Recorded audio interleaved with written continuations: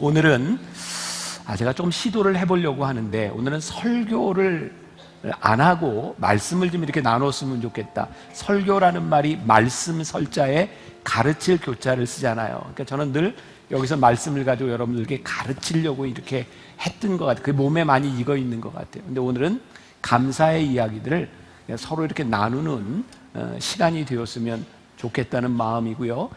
우리가 그냥 감사 이야기만 하는 것도 우리들에게는 정말 좋은 예배가 될 수 있다고 생각하는데, 시편 100편에 보니까 이런 말씀이 있습니다.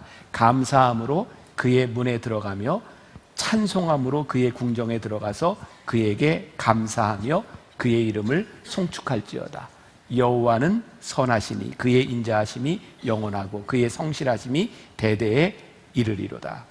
감사함으로 그 문에 들어가서 찬송함으로 그의 궁전에서. 그러니까 예배는 사실 우리들이 감사하는 것만으로도 충분히 족한 예배, 하나님께 드리는 게 될 수 있을 것 같아요.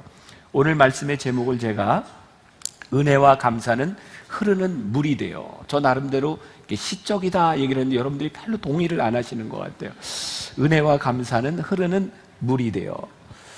저에게는 이제 그런 느낌이었어요. 은혜, 감사, 이게 흐르는 물처럼 이렇게 흘러간다고 하는 게 참 아름다운 일이구나. 그리고 흐르는 물이 된다고 하는 것은 여러 군데서 흘러오는 감사와 은혜들이 모여서 강이 되는 것.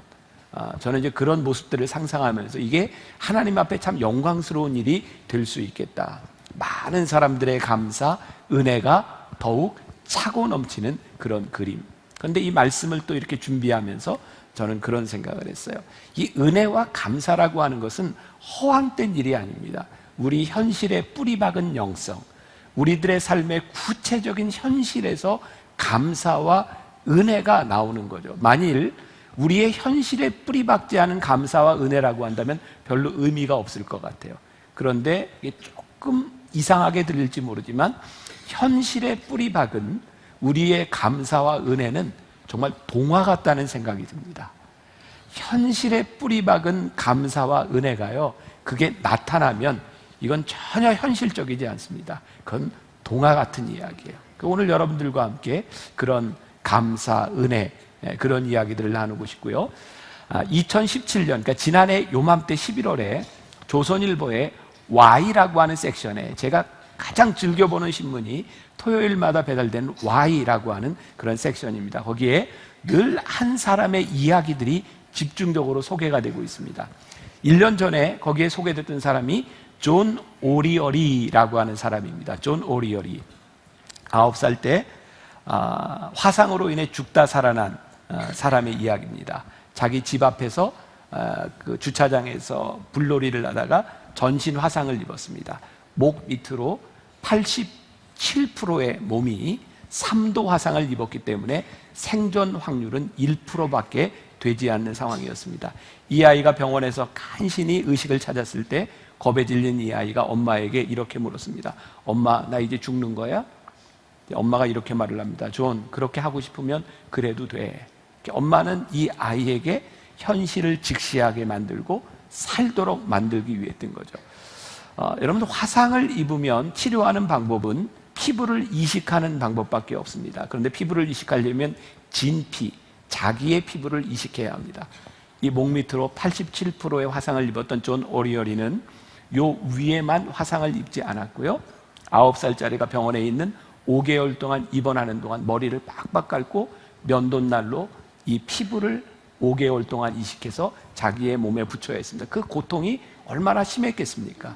5개월 후에 이 아이는 퇴원을 했고, 이 아이가 자기 발로 걷는데 5년의 시간이 걸렸습니다.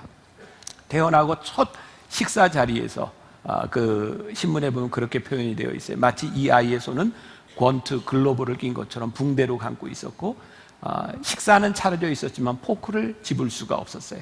포크를 집는 데만 2시간이 걸렸다 그래요. 음식은 다 식었고 너무 안타까워서 이 아이의 누나가 음식을 먹여주려고 할 때 엄마는 단호하게 막습니다.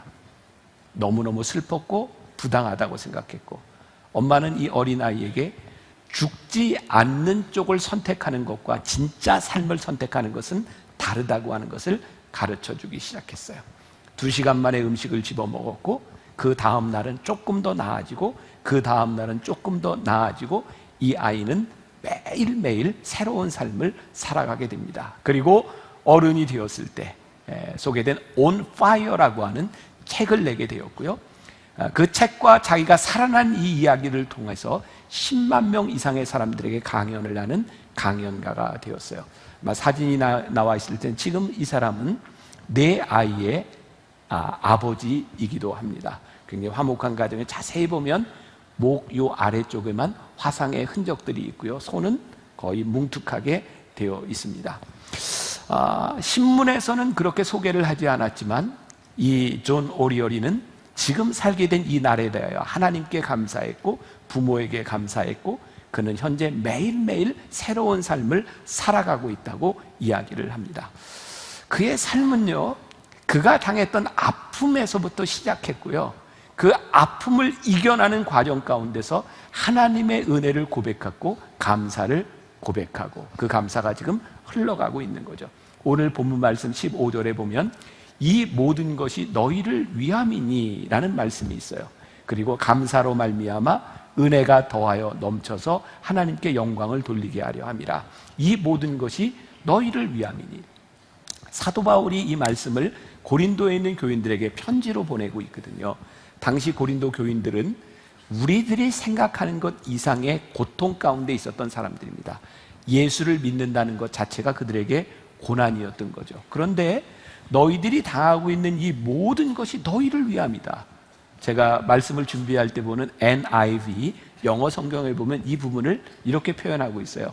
All this is for your benefit. 저는 이 부분이 훨씬 더 의미를 잘 전달해 주는 것 같아요. 너희를 위함이라고 하는 말이 뭐냐면 이 모든 일들이 지금 고난을 받고 있는 이 모든 일들도 너희에게 유익이 된다, 이런 말을 하고 있어요. 그런데 이 말을 하기 위해서 오늘 우리가 읽은 14절 말씀이 전제가 되어 있는 거예요. 14절 말씀 보세요. 주 예수를 다시 살리시니가 예수와 함께 우리도 다시 살리사 너희와 함께 그 앞에 서게 하실 줄을 아노라. 여기서 안다라고 하는 말이 본래의 뜻은 확신한다, 이 말입니다. 무엇을 확신하냐면 예수 그리스도를 살리신 그 하나님이 우리도 살리사 너희와 함께 하나님 앞에 서게 할 것을 확신한다. 그러니 너희들의 삶에 일어나고 있는 이 모든 것들이 너희를 위하여 일어나고 있는 일이다.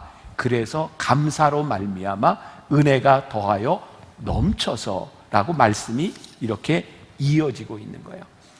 자, 오늘 말씀의 제목, 은혜와 감사는 흐르는 물이 되어. 제가 이 제목을 정하고 여러분들과 함께 이 말씀을 나누게 된 이유는 바로 지난해 추수감사절을 지나면서 지난해 제가 사무실에 들어갔을 때 저에게 이메일이 한 통 와 있었어요. 여러분들 중에 오래된 교인들은 기억하는 분이 있을 텐데 우리 교회에서 10년 가까이 사역했던 남강식 목사님이라고 있어요. 아마 여러분들 머릿속에는 굉장히 착한 목사님, 이렇게 기억이 되어 있을 겁니다. 오래전에 미국의 LA에 가서 목회를 하게 되었고요. 지금 LA에 가면 만나 교회가 있습니다. 그 목사님이 그 교회를 담임하게 되었을 때 목사님과 교인들의 잘못이 아니라 사기를 당해서 그렇게 큰 규모의 교회가 아니었음에도 불구하고 600만 불 이상을 사기를 당했고, 그래서 빚을 갚아가는 과정에서 너무너무 어려운 시간들을 지나가고 있었습니다. 그때 저에게 보냈던 편지 내용과 지난해에 보냈던 메일의 내용이 오늘 말씀을 여러분들과 나누어야 되겠다라는 생각을 저에게 주었어요. 이렇게 편지가 시작이 되었습니다. 새 성전으로 이사하고 첫 번째 감사절을 맞았습니다. 그러니까 지금은 모든 문제들이 다 해결이 돼서 새 성전으로 들어가 있어요. 어려움을 벗어나 이곳에서 예배드릴 수 있도록 인도해 주신 하나님의 은혜를 생각하면 지난 10년의 시간들을 결코 잊을 수가 없습니다.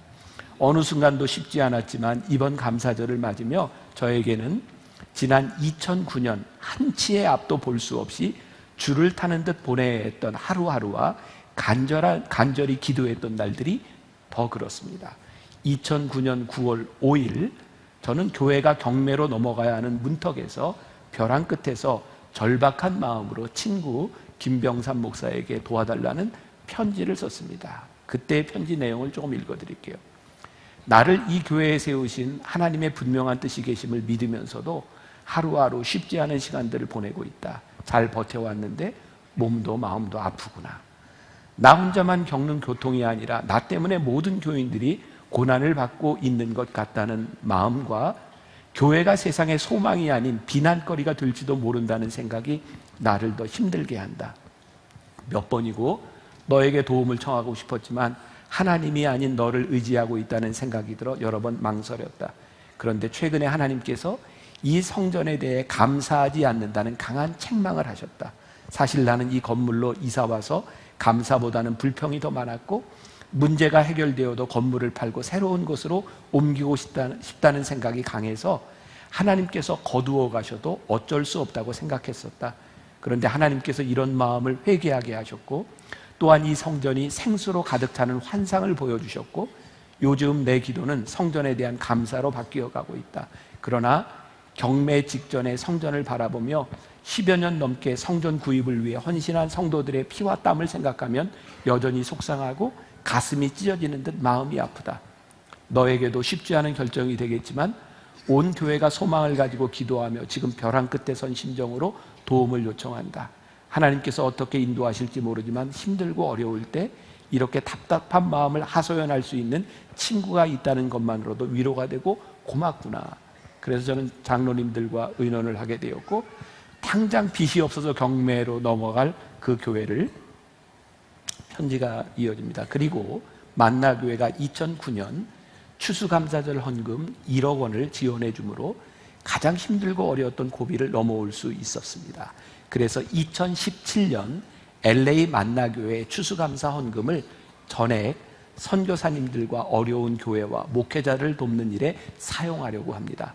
우리가 그랬던 것처럼 우리의 작은 섬김이 누군가 어려움을 이겨나갈 수 있는 힘이 될 것이기 때문에 힘들고 넉넉하지 않은 형편이지만 살아있는 것에 감사하고 나눌 수 있는 마음 주심을 감사하며 만나교회가 은혜를 흘러보내는 통로가 되도록 성도님들의 마음을 쏟아주시기를 기도합니다. 은혜와 감사는 물처럼 흐르는 것입니다.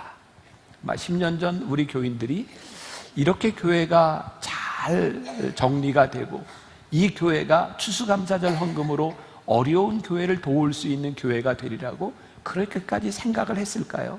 저는 그때 우리 장로님들과 함께 우리들이 이 어려운 곳을 바라보며 내 식물을 물 위에 던지라고 하는 말씀처럼 우리가 찾을 것이 아니라 식물을 물 위에 던지는 마음으로 그 교회를 도왔고 그 추수감사가 이 교회를 통하여 또 다른 추수감사로 강물처럼 흘러가는 그 감사를 보게 되었어요.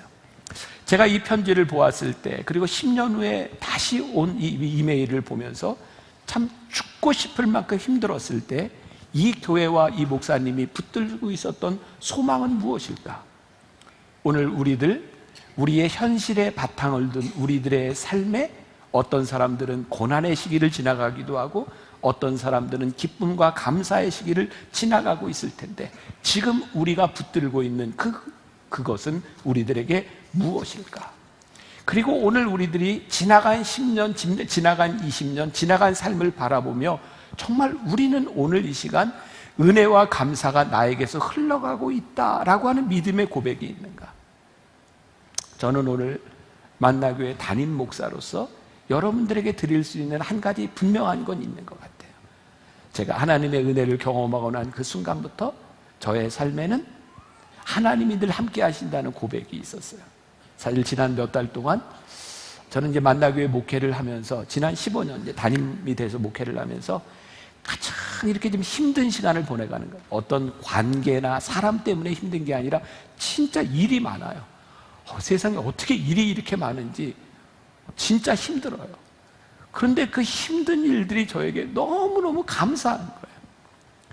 근데 제가 만약에 지금 이 자리에서 어떤 사람 때문에 힘들다 그러면 저는 똑같은 고백을 했을 것 같아요. 정말 하나님이 그 사람으로 인하여 나를 너무 힘들게 하는데 그게 감사하다고.